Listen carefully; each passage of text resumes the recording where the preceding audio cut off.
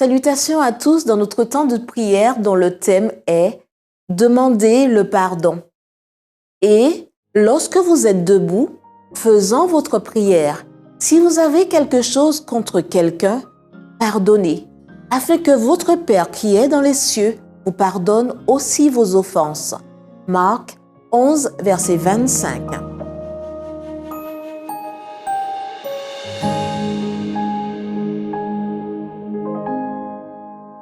Dieu nous parle par la nature et par la révélation, par sa providence et par l'influence de son esprit.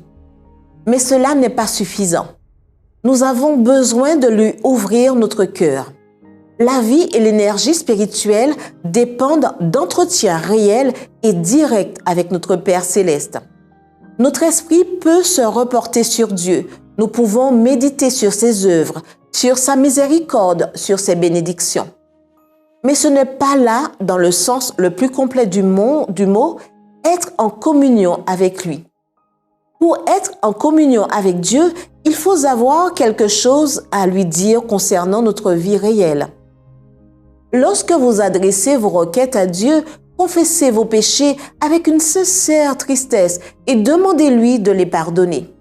Puis, si vous avez quelque chose contre votre frère, allez vers lui. Et par la grâce et la force que le Seigneur donne à tous ceux qui le demandent avec foi, faites disparaître de vous toute inimitié, toute malice, toute haine. Réconciliez-vous avec votre frère. Si vous n'avez pas un esprit tendre et indulgent envers les autres, votre Père céleste ne vous pardonnera pas vos offenses. Et lorsque vous êtes debout, faisant votre prière, si vous avez quelque chose contre quelqu'un, pardonnez, afin que votre Père qui est dans les cieux vous pardonne aussi vos offenses. Mais si vous ne pardonnez pas, votre Père qui est dans les cieux ne vous pardonnera pas non plus vos offenses.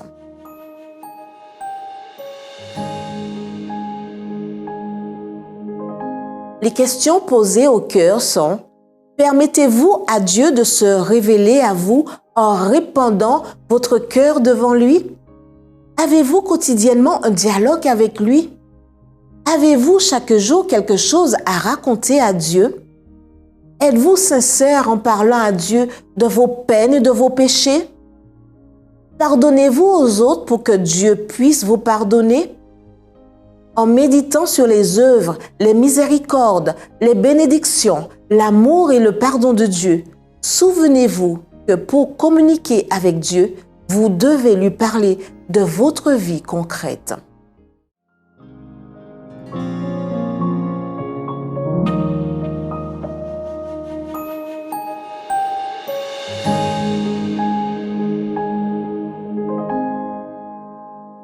Priez pour avoir un esprit saint et la capacité de pardonner afin que Dieu puisse nous pardonner.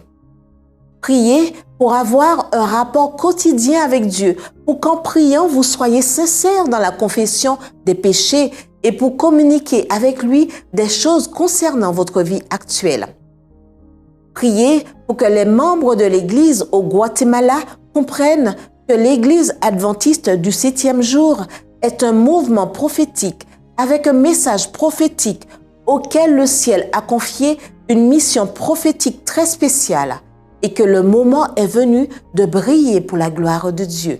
Priez pour le centre d'influence urbain, que Dieu bénisse l'approche multidimensionnelle et demandez à Dieu de faire croître le ministère et d'amener les personnes dont il a préparé le cœur à visiter les centres.